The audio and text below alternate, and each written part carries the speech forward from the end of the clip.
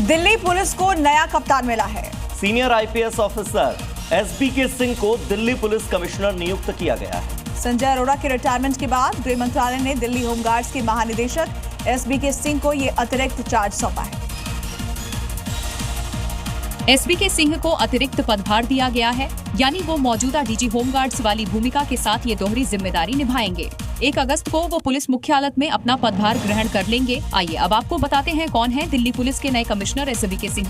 SBK Singh का पूरा नाम है शशि भूषण कुमार सिंह। 1988 बैच के आईपीएस हैं एसबीके सिंह।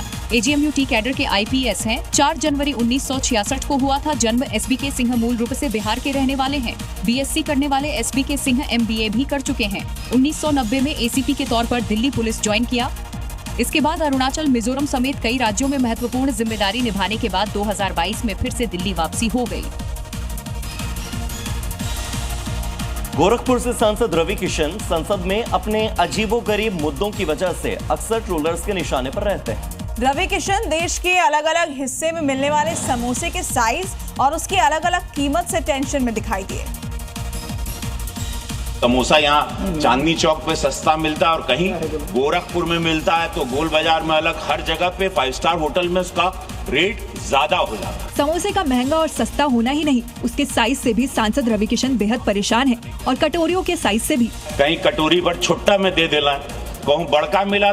रवि किशन भावनाओं में इतने बह गए कि हिंदी बोलते बोलते भोजपुरी बोलने लगे और बहते बहते एक बार फिर से समोसे पर जा टिके। कहीं छोटा समोसा मिलता है, कहीं बड़ा मिलता है, ये आज तक हमको भी समझ में नहीं आया।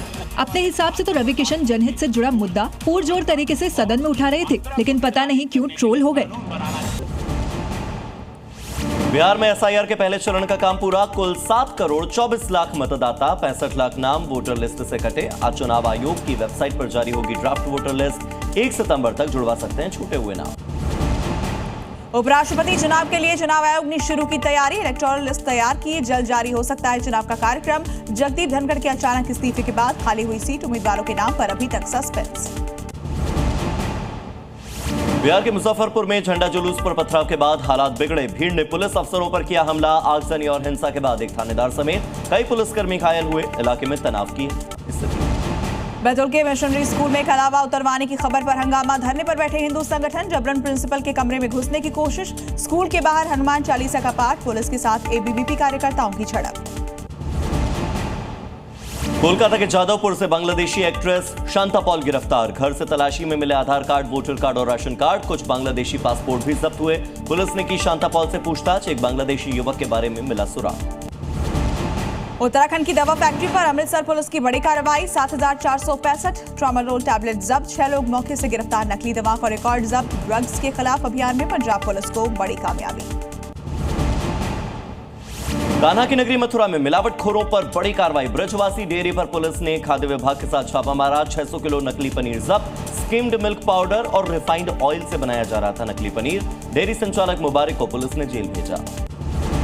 राजस्थान, एमपी समेत कई राज्यों में बिगड़े बाढ़ और बारिश की वजह से हालात। सवाई माधोपुर में पानी में फंसी मंत्री की कार। एमपी के नरसिंहपुर में 5 फीट तक भरा पानी। आगरा में सड़कों पर चली नाव। विदिशा में नदी किनारे बने मंदिर डूबे। दिल्ली एनसीआर में 5 अगस्त तक भारी बारिश का अनुमान। गुरुवार को हुई बारिश ने गाजियाबाद, ग्रेटर नोएडा, फरीदाबाद और गुरुग्राम को बदहाल किया। करोड़ों की कोठियां पानी में डूब गई। पार्किंग में तैरने लगी कारें। गुरुग्राम की सोसाइटीज के अंदर भर गया पानी।